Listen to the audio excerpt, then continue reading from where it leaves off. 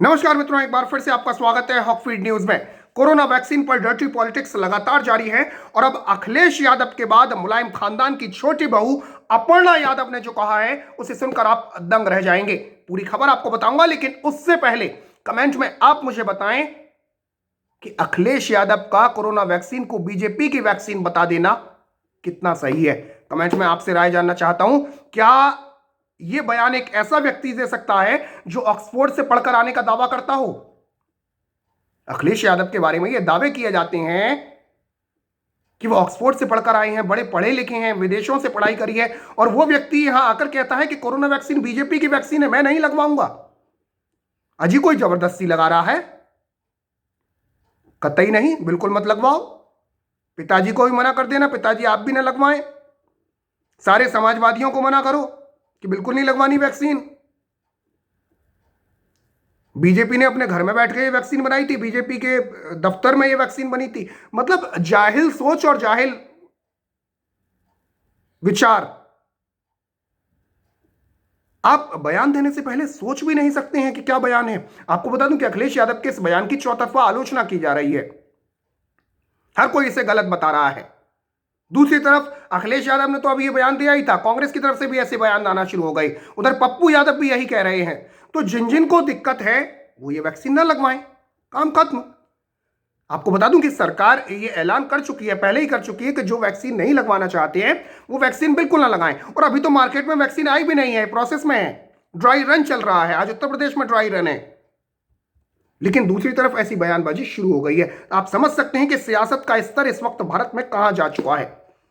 अखिलेश यादव के बयान के बाद जहां विपक्षी दलों ने उनकी आलोचना की है, वहीं खुद मुलायम परिवार के लोगों ने इस बयान को सही नहीं बताया है। और आपको बता दूं कि मुलायम खानदान की छोटी बहू अपर्णा यादव का बयान आ चुका है। अपर्णा यादव ने अपने बयान में कहा कि देश में कोरोना की वैक्सीन बनना हमारे लिए एक गर्व का विषय है, और इस दवा के कारण हमारे देश का हेल्थ सेक्टर पूरी दुनिया में मजबूती से उभर रहा है। अखिलेश यादव के बयान पर अपर्णा यादव ने कहा कि किसी भी दवा को बीजेपी, एसपी या कांग्रेस का कहना गलत होगा। ये दवा हमारे देश के वैज्ञानिकों ने बनाई है और ये सभी के लिए गर्व का विषय है। दरअसल मैं आपको बताता हूं दिक्कत कहां है। दिक्कत यह है कि मोदी शासन में कोरोना क्यों आया और मोदी शासन में ही कोरोना की वैक्सीन क्यों बना ली गई। मोदी विरोध में ये लोग इस कदर अंधे हो चुके हैं कि अगर इन्हें आप ये कह दें कि आप शौच करके आने के बाद, मोदी कह दें अगर शौच करके आने के बाद आपको हाथ धोने नहीं है, ये हाथ धोने हैं, तो ये हाथों को धोएंगे नहीं, ये हाथों को चाट लेंगे।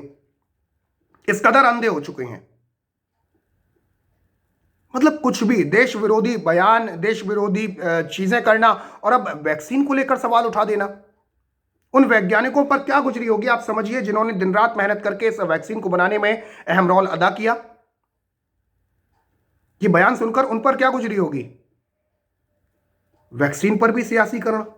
आपको बता दूं कि अपर्णा यादव ने सीधे सीधे कहा कि दवा बीजेपी, कांग्रेस या एसपी की नहीं है, ये दवा देश के वैज्ञानिकों ने बनाई है और सभी के लिए गर्व का विषय है। लेकिन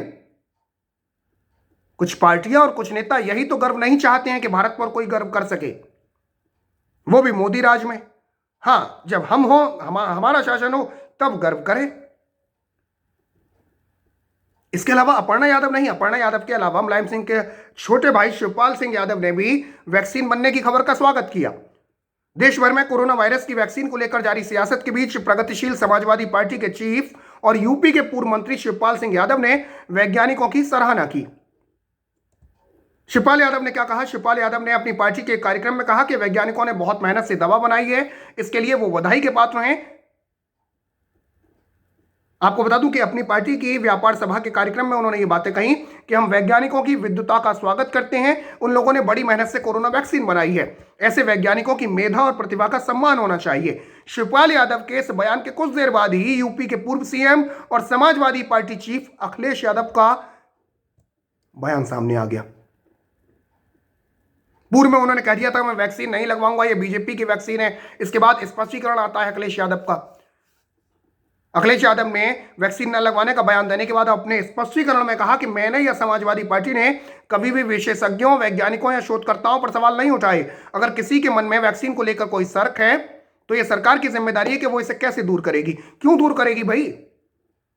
पहले सर्जिकल स्ट्राइक पर तुम्हारे को शक था, उसको दूर किया। अब तुमको वैक्सीन पर शक है तो उसको दूर किया जाए। मतलब तुम्हें हर बात का सबूत चाहिए। सर्जिकल स्ट्राइक का सबूत तुम सेना से मांगते हो, अब वैक्सीन का सबूत तुम्हें दिया जाए कि ये वैक्सीन खतरनाक नहीं है। इसी तरीके से इन्होंने पोलियो वाली वैक्सीन पर सवाल उठा दिए थे कि ये नपुंसक बना रही है। कई जगह पर, कई मोहल्लों में मैंने देखा, जो कट्टरपंथी ताकतें थी, जो कट्टरपंथी लोग थे, वो पोलियो वैक्सीन नहीं पिलवा रहे थे क्योंकि वो चाहते ही नहीं थे कि इस देश से पोलियो खत्म हो। उस पर सवाल उठा दिए गए। कांग्रेसी नेताओं ने भी सवाल खड़े किए हैं। कांग्रेसी नेता भी दूध के धुले नहीं है। आपको बता दूं कि कांग्रेसी नेता वैक्सीन को मंजूरी देने पर सवाल खड़े कर रहे हैं। कोई नेता वैक्सीन को राहत बता रहा है। कोरोना पर भी, मतलब वैक्सीन पर भी राय बढ़ चुकी है। कांग्रेस नेता शशि थरूर ने वैक्सीन पर किस तरह सवाल उठाए। आपको बता दूं कि उन्होंने ट्वीट किया कि भारत बायोटेक की कोवैक्सीन के तीसरे चरण का परीक्षण अभी तक हुआ नहीं है। कोवैक्सीन को समय से पहले मंजूरी देना खतरनाक हो सकता है। डॉक्टर हर्षवर्धन इस संबंध में स्पष्टीकरण दें। ये वही शख्स हैं जो उल जलूल बयानों के लिए जाने जाते हैं।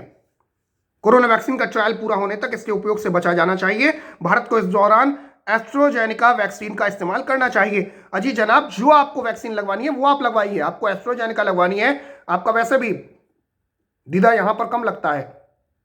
उधर जयराम रमेश ने ट्वीट किया कि वैक्सीन को मंजूरी देने में अंतर्राष्ट्रीय प्रोटोकॉल का उल्लंघन हुआ है। जयराम रमेश ने भी भारत कोरोना वैक्सीन को इजाजत देने को लेकर सवाल उठाए हैं। उन्होंने ट्वीट करके लिखा कि भारत बायोटेक प्रथम श्रेणी का उद्यम है, लेकिन हैरान करने वाली बात यह है कि तीसरे चरण के परीक्षणों से संबंधित अंतर्राष्ट्रीय स्तर पर स्वीकृत प्रोटोकॉल को वैक्सीन के लिए संशोधित किए जा रहे हैं और डॉक्टर हर्षवर्धन को इस मामले में स्पष्टीकरण देना चाहिए। उधर आपको बता दूं कि डीसीजीआई के डायरेक्टर वीजी सोमानी का कहना है कि यह वैक्सीन 110% सुरक्षित है, 100% भी नहीं। लेकिन कांग्रेस को इसमें राजनीति का अवसर तलाशना था।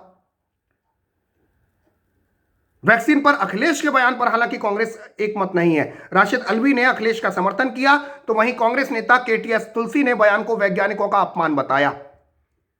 ऐसे में वैक्सीन के नाम पर सियासत तेज होती जा रही है। राशिद अल्वी ने कह दिया अखिलेश यादव का बयान सही है, तो राशिद अल्वी भी इस वैक्सीन को ना लगवाएं।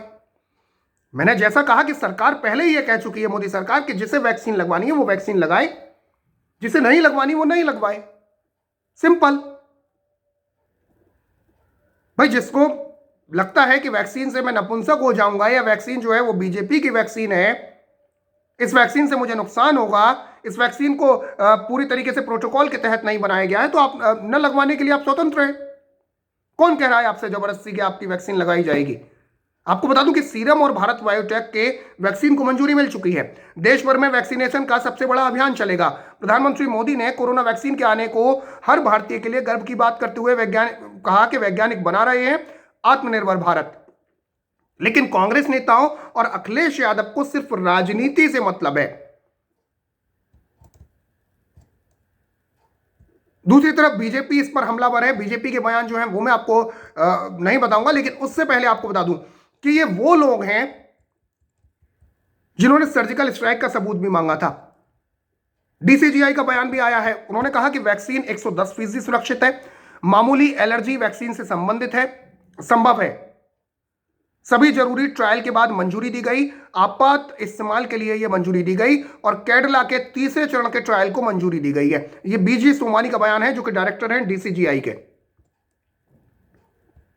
तो ये वैक्सीन को लेकर सियासत शुरू हो गई है, लेकिन सवाल ये कि सबूत कब तक इस देश से मांगे जाते रहेंगे?